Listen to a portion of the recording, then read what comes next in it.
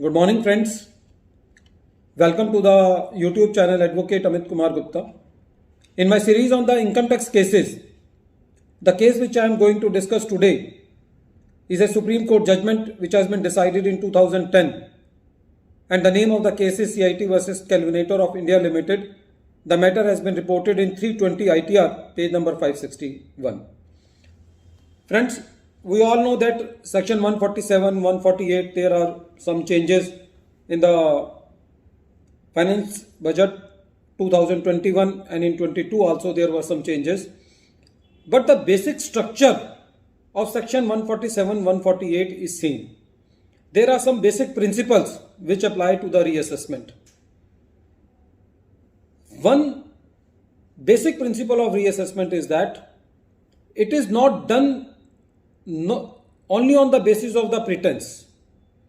You can do the reassessment of a concluded assessment only on the basis of some very genuine information, some tangible information, and which have a live link with the reason to believe of the assessee that some income has escaped.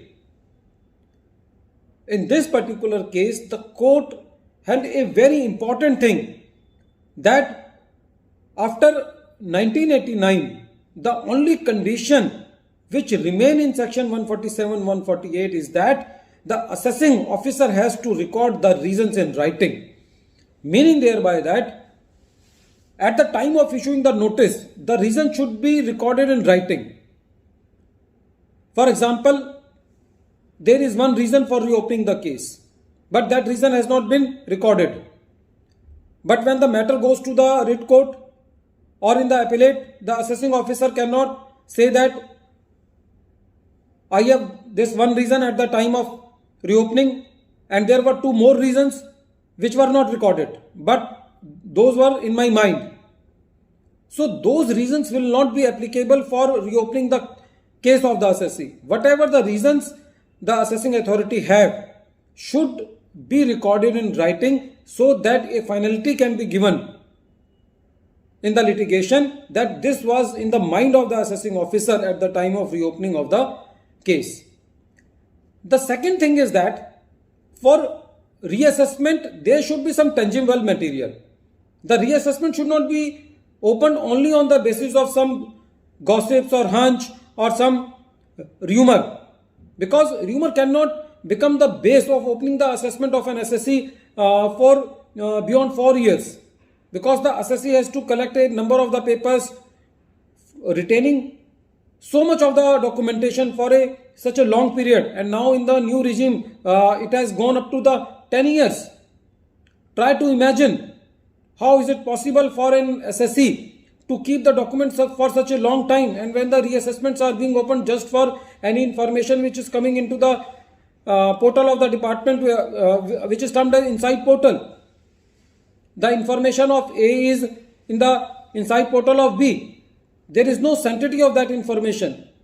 So at that time also the Supreme Court has in his mind that the assessments can be reopened only on the basis of some tangible material. Some justification should be there.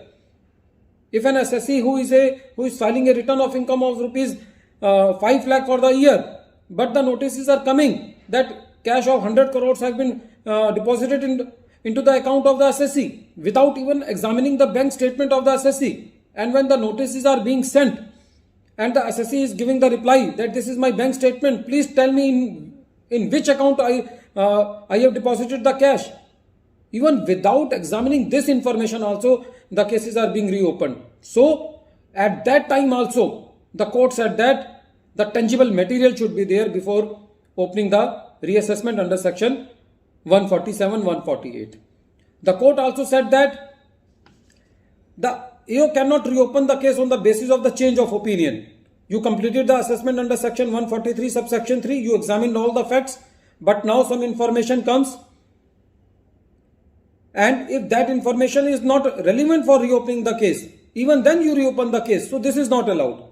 If new information comes and this is relevant for reopening the case, some new facts are brought to the assessing officer which are not commensurate with the income tax return of the assessee, only then you can reopen the assessment of the assessee. In this case, the court also held that you should have the tangible material to come to the conclusion that was the escapement of the income. There should be live link between the material and the belief of the assessing officer that there is escapement of income. The court also said that reason must have live link with the formation of the belief, meaning thereby that there is a belief of the assessing officer that income has escaped assessment. There should be belief.